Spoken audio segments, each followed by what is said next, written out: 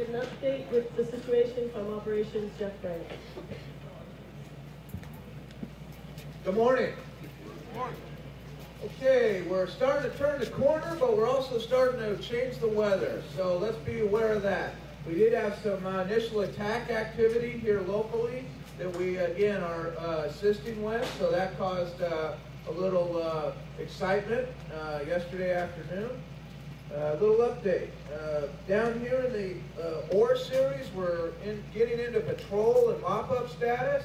Down here in the cliff, we still have a little cliff mallow sugarloaf area. We still have a little firing operation that we're buttoning up today. That is a planned event. It is approved. Up here in Red Mountain, we're still working on that. That may become problematic because when the weather changes, we've identified that as one of our problem areas. Tomorrow, you will see some realignment of the geographic area to give Branch 6, this area up in here, we're going to give Branch 6 the Hardy, Lost Pipe, Juan Creek area. So we're working on that. The north-south line will be along Highway 20 to facilitate these. We're still working on brushy out here. There's a lot of fire out there. Still working to get line around it. So we're not out of the woods yet. Please stay engaged. Keep your situational awareness up for the change in the weather. There's a lot of fires out there that we need to get in and patrol and mop up. Thank you. Good morning, everyone. As Jeff said, the weather is starting to change. We had a couple days of cool, moist, kind of tranquil weather. Now we're going to start into a pretty significant warming trend.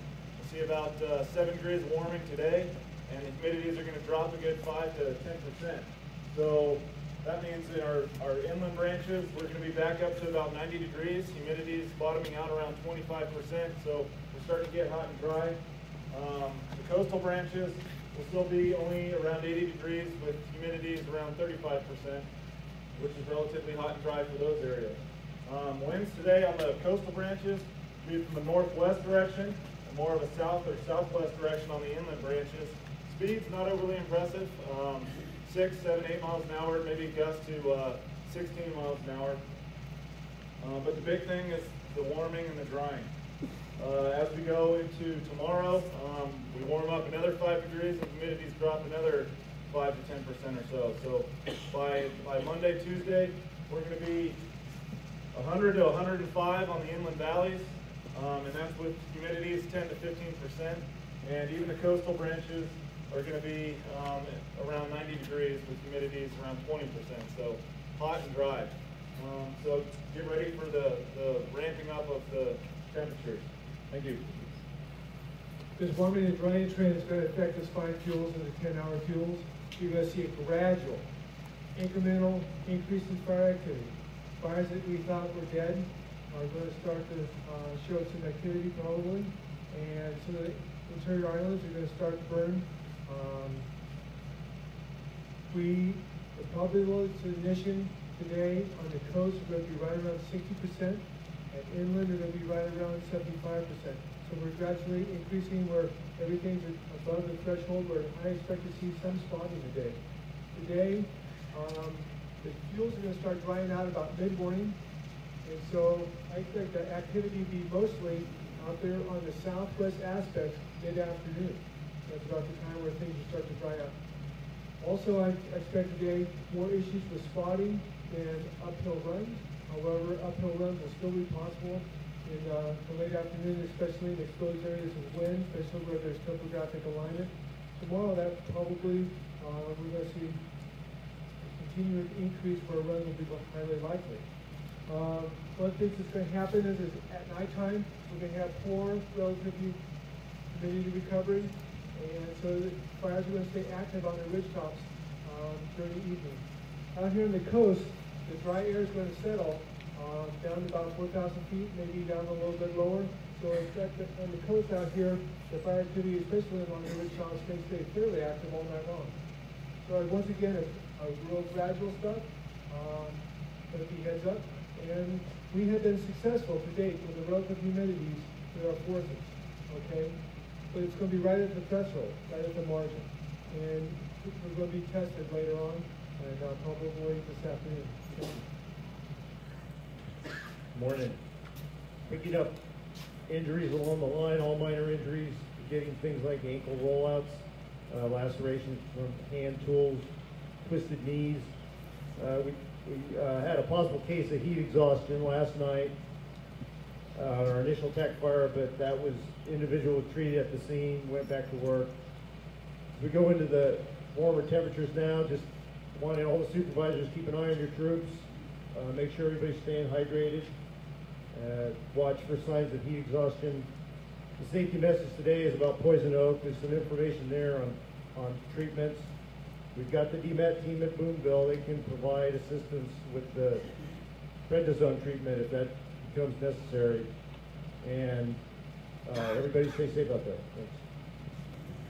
Good morning. For today's copter lineup, we have 16 copters assigned to the incident, 8 of those being type 1s. I ask again that if you're using those type 1s for copter water drops in your area to support your crews, pull your crews back, let them drop, and then go in and work it out. All right? Thank you. With as many fires as we have, we're duplicating uses of TACnet, so it's important that you identify which incident you're on and let us know if you're having some problems with it.